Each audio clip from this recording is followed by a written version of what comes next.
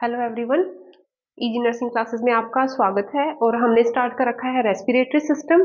और आज की क्लास में हम डिस्कस करेंगे न्यूमोथोरैक्स के बारे में। ठीक है, तो सबसे पहले हम पढ़ेंगे न्यूमोथोरैक्स क्या होता है। तो न्यूमो वर्ड से ही है, न्यूमो का मतलब होता है एयर और thorax means in the thoracic cavity. तो थोरेसिक कैविटी के अंदर जब एयर चली जाती है तो that is known as the pneumothorax. Thoracic cavity में अगर एयर जाएगी तो कहाँ जाएगी? प्लूरल कैविटी के अंदर। तो flexion of air in the pleural cavity, ये हमारे लंग्स हैं।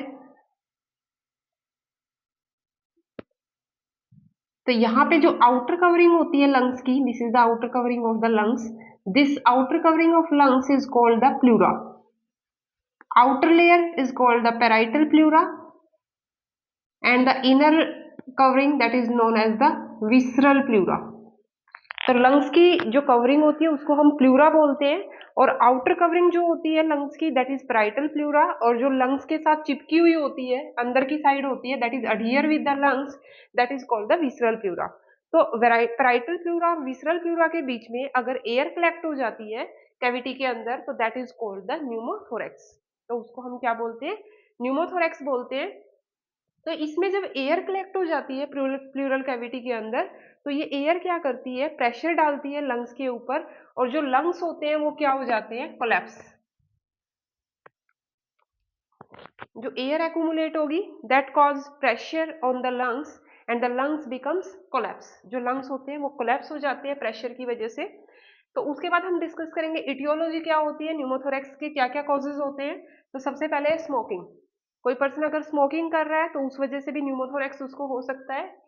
एस्थमा के पेशेंट में हो सकता है।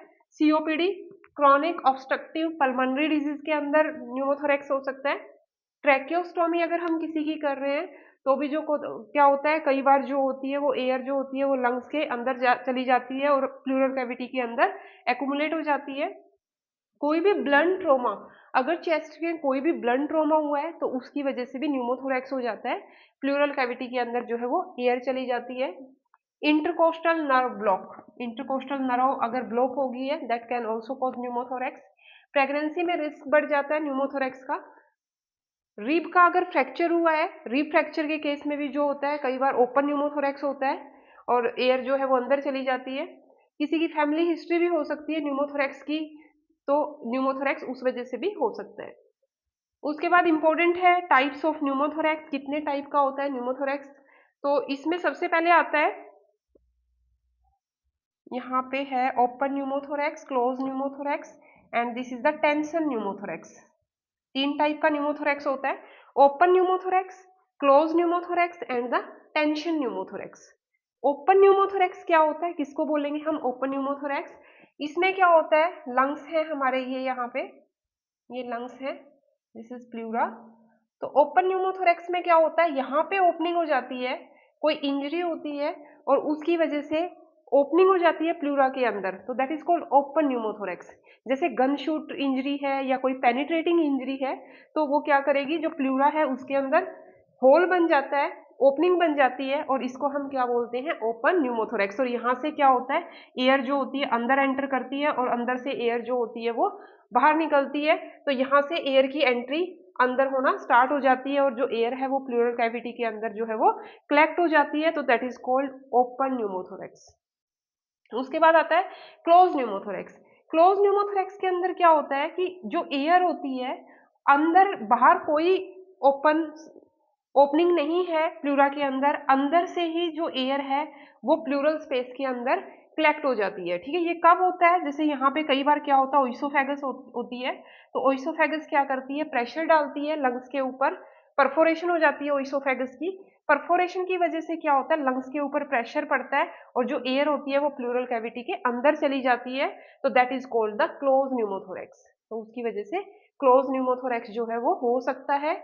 परफोरेशन की वजह से हो सकता है ओइसोफेगस की, या फिर लंग्स के ऊपर कोई प्रेशर पड़ रहा है तो उसकी वजह से भी जो एयर है वो कई बार प्लूरल स्पेस के अंदर चली जाती है, तो that is called the close pneumothorax. Smoking की वजह से भी होता है कई बार क्लोज न्यूमोथोरैक्स। उसके बाद है टेंशन न्यूमोथोरैक्स।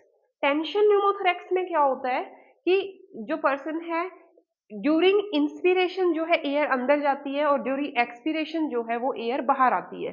तो इसमें क्या होता है, ड्यूरिंग इंस्पिरेशन जो है वो एयर अंदर जा रही है, लेकिन ड्यूरिंग एक्सपिरेशन जो है वो एयर निकल के बाहर नहीं आती प्लूरल कैविटी से, that is called the tension pneumothorax. उसको हम क्या बोलेंगे, टेंशन न्यूमोथोरेक्स हम बोलते हैं। तो यहाँ पे जो एयर है ड्यूरिंग इंस्पिरेशन जो है air that collect into the pleural cavity, and during expiration the air doesn't come outside the lungs। तो एक्सपिरेशन के ड्यूरिंग जो है वो बाहर नहीं आएगी, तो उसको हम बोलते हैं टेंशन न्यूमोथोरेक्स। फिर बात करेंगे साइन एंड सिम्टम्स की। न्यूमोथोरेक्स के क्या क्या साइन एंड सिम्टम्स होते हैं। तो न्यूमोथोरेक्स के अंदर क्या होता है, पेशेंट डिज्निक होता है, डिज्निया हो जाता है पेशेंट को। अगर हम अस्कल्टेट करके देखते हैं तो जो ब्रेथ साउंड होती है वो डिमिनिश्ड हो जाती है, या फिर ब्रेथ साउंड जो होगी वो क्या होगी, एब्सेंट मिलेगी हमें। अस्कल्टेट करके देखेंगे तो ब्रेथ साउंड हमें सुनाई नहीं देती।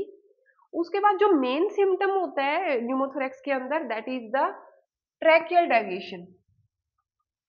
ट्रैकियल डेविएशन या फिर हम मीडियास्टिनल डेविएशन भी बोलते हैं। ट्रैकियल डेविएशन में क्या होता है, यहाँ पे जो ट्रैकिया होती है, यहाँ पे ट्रैकिया है तो ये प्रेशर डालती है।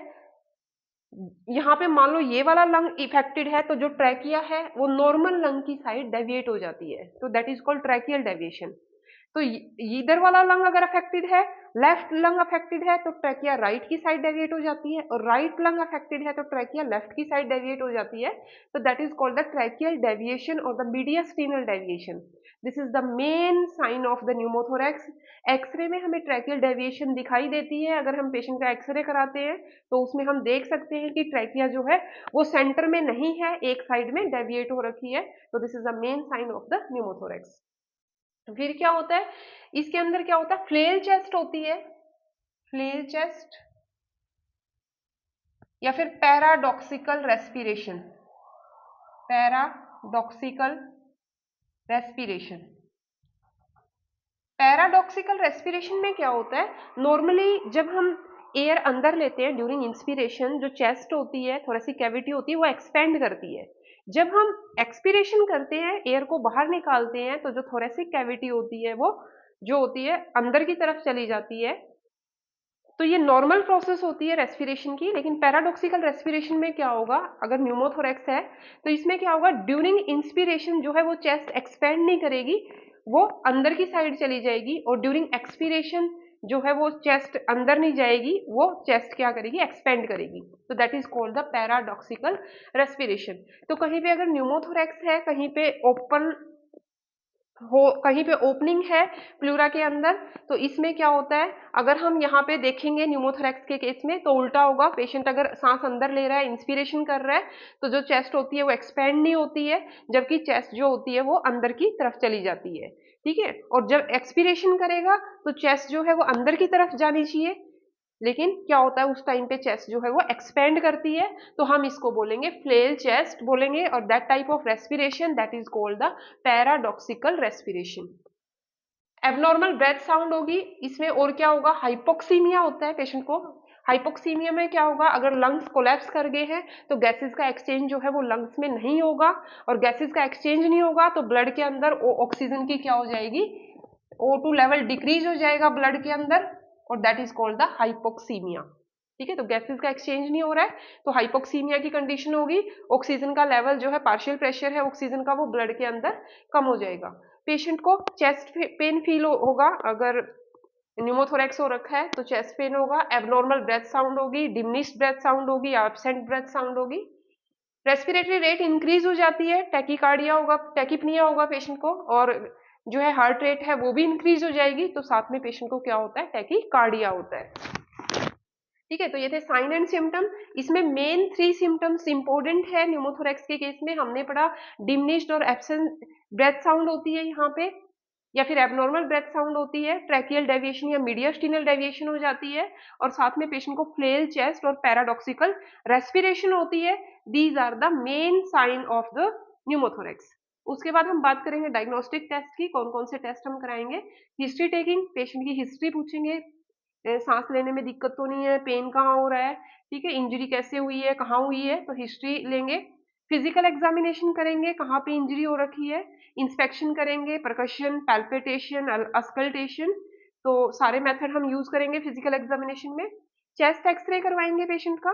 चेस्ट एक्सरे में क्या आएगा, हमारा ट्रैकियल डेविएशन है वो हमें चेस्ट एक्सरे में दिखाई देगी, मीडियास्टिनल डेविएशन। एबीसी एनालिसिस कराएंगे। आर्टेरियल ब्लड गैन एनालिसिस से हमें पार्शियल प्रेशर पता चल जाएगा, ब्लड के अंदर पार्शियल प्रेशर कितना है ऑक्सीजन का और कार्बन डाइऑक्साइड का। तो हाइपोक्सीमिया का हमें पता चल जाता है अगर हम एबीसी एनालिसिस कराएंगे, आर्टेरियल ब्लड गैस एनालिसिस, तो हमें पता चल जाएगा कि गैसेस का कितना एक्सचेंज हो रहा है लंग्स के अंदर। पल्स ऑक्सीमेट्री से हम सैचुरेशन देखेंगे, कितनी आ रही है पेशेंट की, सैचुरेशन कितनी है ब्लड के अंदर ऑक्सीजन की, तो पल्स ऑक्सीमेट्री से चेक करेंगे। सीटी स्कैन कराएंगे पेशेंट का, कौन सी लोब अफेक्टेड है, लंग्स का कौन सा पार्ट अफेक्टेड है, तो सीटी स्कैन में क्लियर हो जाएगा कहाँ पे न्यूमोथोरेक्स बना हुआ है। तो these are the diagnostic test to evaluate the pneumothorax. उसके बाद है ट्रीटमेंट। जो ट्रीटमेंट हम यूज करते हैं न्यूमोथोरेक्स को ट्रीट करने के लिए, सबसे पहले पेशेंट को साइनोसिस हो रखी है, पेशेंट को हाइपोक्सीमिया हो रखा है, तो सबसे पहले हम क्या शुरू करेंगे, ऑक्सीजन थेरेपी जो है वो स्टार्ट करेंगे। ऑक्सीजन थेरेपी हम सबसे पहले शुरू करेंगे। उसके बाद हम क्या करते होते हैं, ऑक्सीजन थेरेपी शुरू करने के बाद यहाँ पे हम क्या करेंगे, यहाँ पे अगर क्लोज न्यूमोथोरेक्स है तो लार्ज बोर नीडल हम डालते हैं अगर क्लोज न्यूमोथोरेक्स है। अभी एकदम से चेस्ट ट्यूब हम नहीं डालते, तो एकदम से लार्ज बोर नीडल हम प्लूरा के अंदर, प्लूरल कैविटी के अंदर डालेंगे और जो एयर है उसको बाहर निकाल देंगे। उसके बाद ट्यूब डाल देंगे, चेस्ट ट्यूब है वो प्लेस कर देंगे लंग्स के अंदर अगर क्लोज न्यूमोथोरेक्स है। ठीक है, ऑक्सीजन थेरेपी वो हम स्टार्ट कर देंगे। इसके अलावा हम क्या करते हैं, यहाँ पे सील लगा देते हैं ताकि जो एयर है अंदर की एयर बाहर आ जाए और बाहर की एयर अंदर ना जाए। तो यहाँ पे हम क्या करेंगे, जो ओपनिंग है उसको क्या कर देंगे, सील कर देंगे। इसके अलावा हम और क्या करते होते हैं ट्रीटमेंट में, हम करते हैं प्लूरोडेसिस में हम क्या करते हैं, जो प्लूरा होती है उसके अंदर मेडिसिन इंजेक्ट करते हैं और जो प्लूरा होती है उसको चिपका देते हैं, जो स्पेस है वो नहीं रहता, दोनों जो विसरल प्लूरा और पैराइटल प्लूरा है आपस में चिपक जाती है, उनके स्पेस को खत्म कर देते हैं प्लूरोडेसिस के अंदर, ऐसा सब्सटेंस इंजेक्ट करते हैं, तो दैट इज कॉल्ड प्लूरोडेसिस। ठीक है, तो इसमें सबसे इंपॉर्टेंट ऑक्सीजन थेरेपी और लार्ज बोर नीडल जो है वो हम डालते होते हैं लंग्स के अंदर, और placement of the close chest tube, that is the treatment of choice in the case of pneumothorax. ठीक है, तो ये था न्यूमोथोरेक्स के बारे में। तो कैसी लगी आपको आज की क्लास। रेस्पिरेटरी सिस्टम जो है, मोस्ट ऑफ डिजीज जो है हम कंप्लीट कर चुके हैं, जो रहती है वो आगे की क्लासेस में हम कंप्लीट करेंगे। तो चैनल को ज़्यादा से ज़्यादा लाइक कीजिए, सब्सक्राइब कीजिए। Thank you so much.